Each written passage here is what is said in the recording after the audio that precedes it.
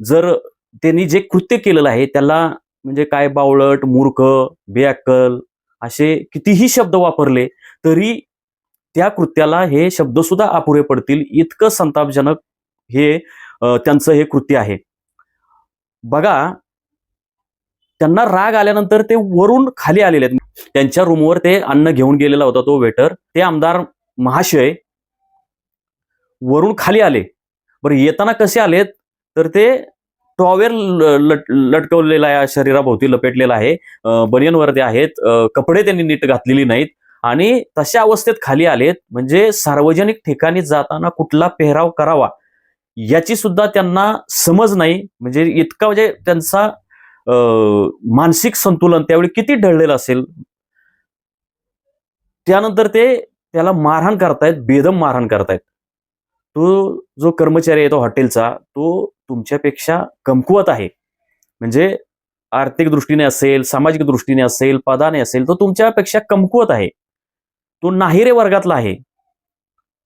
तो बिचारा पोट भरण्यासाठी ते नोकरी करतोय आणि तुम्ही लोकप्रतिनिधी आहात. तुम्हाला जे कायदेमंडळ म्हणजे विधानसभेचं तुम्हाला संरक्षण आहे. तुम्हाला काही विशेषाधिकार आहेत आणि त्यामुळे तुम्हाला समाजामध्ये मान मर्यादा आहे आणि त्याचा उपयोग तुम्ही समाजाचा किंवा लोक कल्याणासाठी करण्याऐवजी तुम्ही एका दीनदुबळ्या गरीब कर्मचाऱ्याला बदडून काढता. तुम्हाला काहीच वाटत नाही.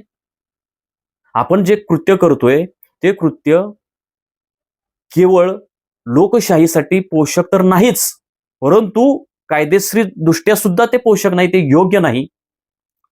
आणि हे सगळं असं का होतंय?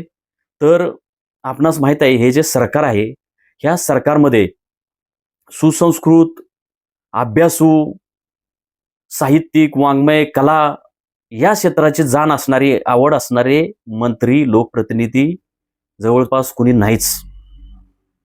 एखादा कुणीतरी सुधीर मुनगंटीवार सारखा माणूस असतो, त्यांना मंत्रिपद दिलं जात नाही. एखादा कुणीतरी आशिष शेलार सारखा असतो, त्यांनाही दुय्यम दर्जाची मंत्रिपद दिली जातात.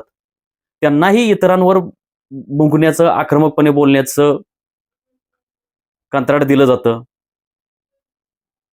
बाकीचे चेहरे जर बघितले तर कोण त्याच्यात चांगला चेहरा आहे?